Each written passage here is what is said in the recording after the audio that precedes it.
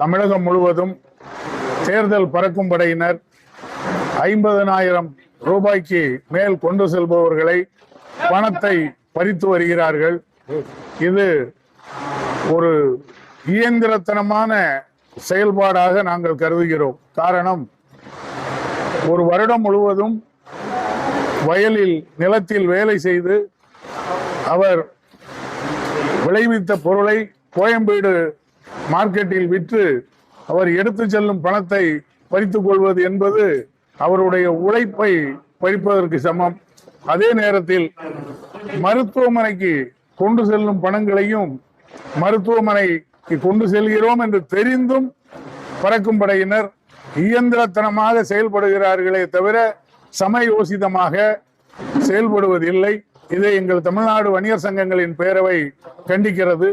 அதே நேரத்தில் இப்பொழுது தமிழகம் முழுவதும் எரிவாயு சிலிண்டர்கள் தட்டுப்பாடு ஏற்பட்டிருக்கிறது.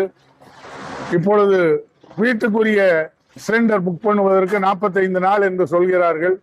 கமர்ஷியல் சிலிண்டர் புக் பண்ணவே முடியவில்லை. அதனால் நிறைய உணவகங்கள், விடுதிகள் போன்றவை மூடப்பட்டு அதை நம்பி இருக்கும் மக்கள் சாப்பாட்டுக்கு வழி இல்லாமல் கஷ்டப்படுகிறார்கள். ஓட்டல் தொழிலை நம்பியுள்ள அதனுடைய வாடிக்கையாளர்களும் பணியாளர்களும் வாழ்வாதாரமின்றி தவிக்கக்கூடிய ஒரு சூழ்நிலை ஏற்பட்டிருக்கிறது. இதை மத்திய மாநில அரசுகள் உடனே சரி செய்து சகஜ நிலைக்கு கொண்டு வர வேண்டும் என்று தமிழ்நாடு வணிகர் சங்கங்களின் பேரவை சார்பாக கேட்டுக்கொள்கிறோம். இதை கூடிய விரைவில் சரி செய்யவில்லை என்றால் எங்கள் தமிழ்நாடு வணிகர் சங்கங்களின் பேரவை தமிழகம் முழுவதும் போராட்டத்தை அறிவித்து போராட்டம் நடத்துவோம் என்பதை தெரிவித்துக் கொள்கிறேன்.